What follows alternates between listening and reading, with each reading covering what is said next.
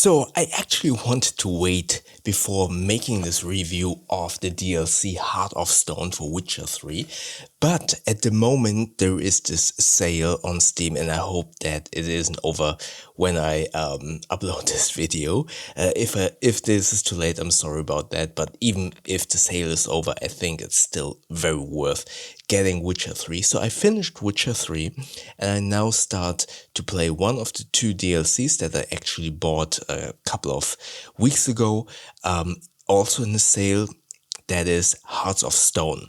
And again, currently there is a big sale on Witcher 3, including the DLC for, I don't know the pricing, but I was amazed by how cheap it actually was. So, or is. And yeah, I finished Witcher 3, the main storyline, last week, and I started playing the Hearts of Stone DLC. And because the sale's on, I wanted to do a quick review about this DLC, although I haven't finished it yet. But yeah, as I said, sales going on, and I thought I might talk about it and also talk about Witcher 3 again. The DLC Heart of Stone is a really, really cool story with a big caveat. I will try not to spoil anything, but opposed to the main storyline where I kind of always argued, oh, okay, this is an interactive book, an interactive movie that you are experiencing, and therefore it really grabs your attention and it kind of in air quotes forces you to be in the heat of the moment, give it your undivided attention and not be distracted by any notifications on your phone. Hearts of Stone, at least to the point where I am at the moment, is somewhat different. And honestly, that is one of the big flaws and trade-offs of this DLC. While I can acknowledge that the storyline is quite entertaining and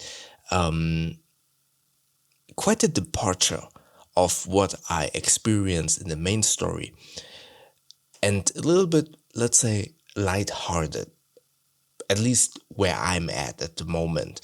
And I've read some kind of feedback on that part of the story where I am, where people are saying, okay, this is one of the most fun, lighthearted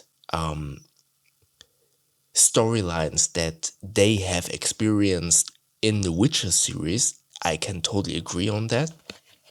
And the storyline, as I said, is interesting, at least where I'm at. The beginning was extremely interesting, and then it has somewhat of a departure that to me feels a little bit disconnected.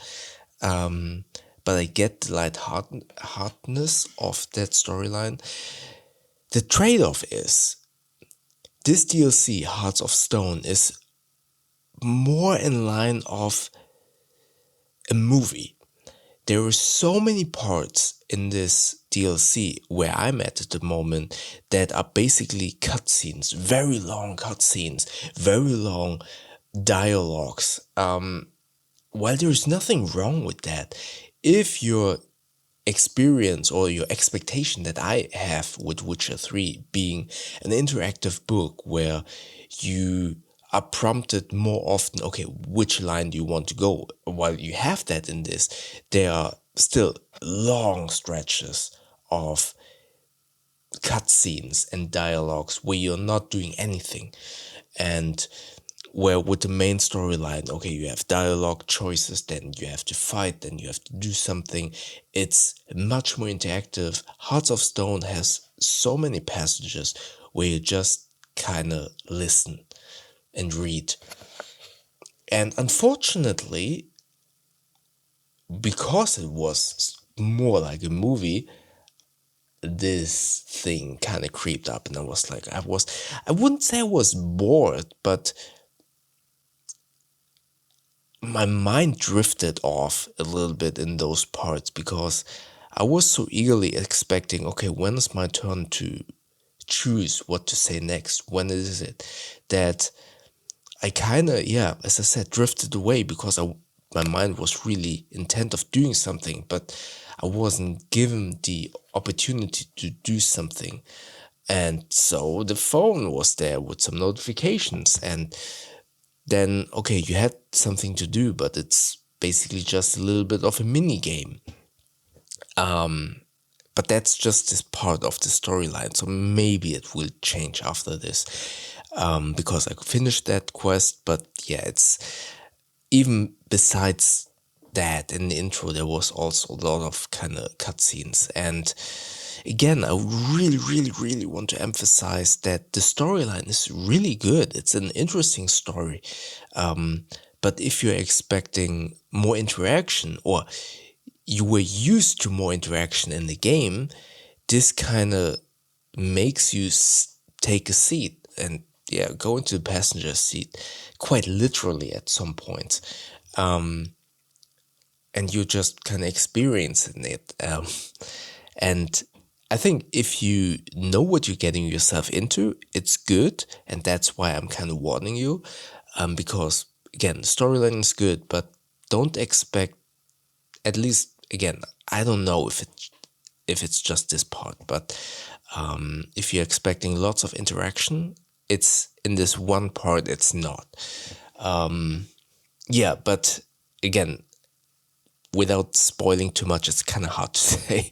So, long story short, Witcher 3 is an amazing game. No matter, I would even say, pay full price for it. It's really good. And if you can get the bundle with both of the DLCs, and I'm really looking forward to the Blood and Wine DLC, because everyone is saying this is basically a whole game. This is a game, it's not just DLC. And it's a full-fledged part of Witcher 3. I would say definitely go for it. For Witcher 3, the main storyline, I would pay full price even now. And if you can get it now in sale with both DLCs, definitely go for it. Play the main storyline. Don't expect too much, I would say. Right now, I reserve the right to change my opinion on that once I finish the DLC. But right now, I would say don't expect too much of the Heart of Stone DLC. And I'm having really high hopes for the Blood and Wine. So I want to finish Hearts of Stone and then go to Blood and Wine. But again, highly recommend Witcher 3, and especially now that you can get it for quite cheap. It's an amazing game. Go for it. So if you played the Hearts of Stone DLC, let me know in your comment section below what are your thoughts about that DLC, and if you had the same experience that I have had so far. And yeah, maybe check out one other Witcher 3 video. I talked so much about this game. I'm sorry if you potentially already bored about it, but maybe check it up here. You think that you like the video on here, and don't forget to subscribe by clicking the button up here. That way we see each other in the next video. Thank you very much.